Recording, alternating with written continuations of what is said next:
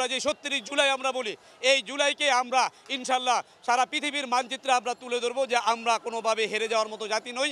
এই নতুন বাংলাদেশ এক অদম্য বাংলাদেশ, একটা পরিবর্তিত বাংলাদেশ, যে যুবকরা যে নতুনভাবে দেশকে স্বাধীন করেছে, তার কদিন পরে যে জাতীয় দুর্যোগ আমরা দেখেছি একটা দেশের একটা বিরাট এলাকা জুড়ে, সেখানে যেভাবে আজকে টিএসসিতে আমরা দেখলাম, শুধু টিএসসি নয় সারা বাংলাদেশে এটা এক অভিনব এক দৃশ্য। তো আমার এই বুথ যে আমার দায়িত্ববোধ থেকে আমি এসেছি এবং প্রত্যেকটা মানুষেরই যার যার অবস্থান থেকে এই বন্যা দুর্গতদের পাশে এসে দাঁড়ানো উচিত, এবং আমার সেই নৈতিকতা বুথ থেকেই আমি এসেছি এবং আমি আমার সাধ্যমতো চেষ্টা করেছি এবং এটা চলমান রাখবো। এবং সবার প্রতি অনুরোধ থাকবে আপনারা সবাই যার যার অবস্থান থেকে আপনারা সহযোগিতা করবেন। ইনশাল্লাহ এই দেশ ঘুরে দাঁড়াবে, আবেগী বাংলাদেশ, নতুন বাংলাদেশ।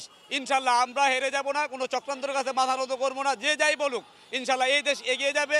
আমরা 1 মাস আগে দেখেছি কি হয়েছে, হঠাৎ করে এই যেই দুর্যোগ, এখানে আমরা যেভাবে ঘুরে দাঁড়িয়েছি, এই টিএসসির দৃশ্য যদি কেউ নিজে চোখে দেখেন তাহলে এই আবেগকে আপনারা ধরে রাখতে পারবেন না। আপনার মন থেকে অবশ্যই এই দেশের প্রতি যে ভালোবাসা সেটা জাগ্রত হবেই। ইনশাল্লাহ আমরা যার যার মতো করে আমরা হেল্প করব। আমি সবার উদ্দেশ্যে বলছি, আমি শিক্ষকতা পেশায় আছি। বাংলাদেশে হাজার হাজার শিক্ষক রয়েছেন, আমাদের হাজার হাজার ছাত্রছাত্রী রয়েছেন। আজকে যে নতুন বাংলাদেশ দেখছি, এই নতুন বাংলাদেশের রূপকার কিন্তু আসলে এই নতুন সমাজ, এই ছাত্র সমাজই মূলত, এবং তাদেরকে যে আপামর জনসাধারণ হেল্প করেছে। এবং এখানেও আমরা দেখতে পাচ্ছি যে ছাত্ররা কি বিরামহীনভাবে কাজ করে যাচ্ছে, এবং বিভিন্ন শিক্ষক সম্প্রদায় সহ আরও অনেকেই রয়েছেন। সারা দেশবাসীর প্রতি, ছাত্রছাত্রীদের প্রতি, আমাদের প্রাণের শিক্ষার্থীর প্রতি আমার অনুরোধ থাকলো, আমরা যার যার অবস্থান থেকে, আমরা অর্থ দিয়ে হোক, শ্রম দিয়ে হোক, বুদ্ধি দিয়ে হোক, মেধা দিয়ে হোক, আমাদের গায়ের শক্তি দিয়ে হোক, আমরা বিভিন্নভাবে হেল্প করে যাব।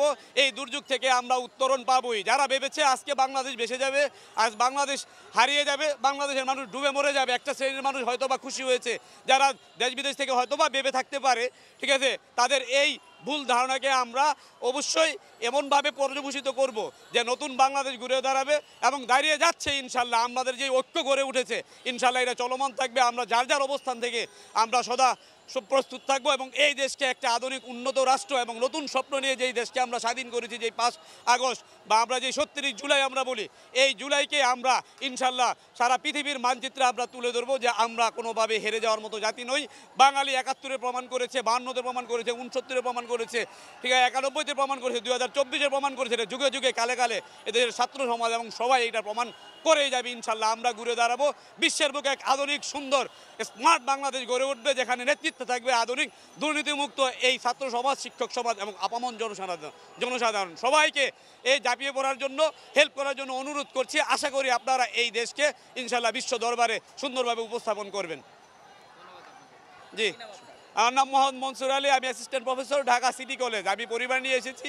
আমার এক কলিগের সন্তান উজায়ের ক্লাস 3-তে পড়ে, সেও তার সাধ্যমতো তার যে ফান্ড ছিল, জমানো টাকা ছিল, সে সহযোগিতা করেছে। আশা করি এই ছোট্ট বাচ্চা থেকে আপনারা ইনশাল্লাহ অনুপ্রাণিত হবেন এবং সবাই যার যার সাধ্যমতো আপনারা চেষ্টা করবেন। আপনারা আসবেন, ভিজিট করবেন, দেখবেন কিভাবে আমাদের প্রাণের সন্তানরা, আমাদের ছোট্ট সোনামণিরা কীভাবে হেল্প করছে, কাজ করে যাচ্ছে। এটা সচক্ষে না দেখলে বিশ্বাস করার মতো না। সারা দেশেই চলছে। টিএসসির দৃশ্যটা বরাবর একটু অন্যরকম। আজকের এই দৃশ্য দেখে আমি সত্যি আবেগ আপ্লুত হয়েছি। সবাই যার যার অবস্থান থেকে আপনারা সহযোগিতা করবেন ইনশাআল্লাহ।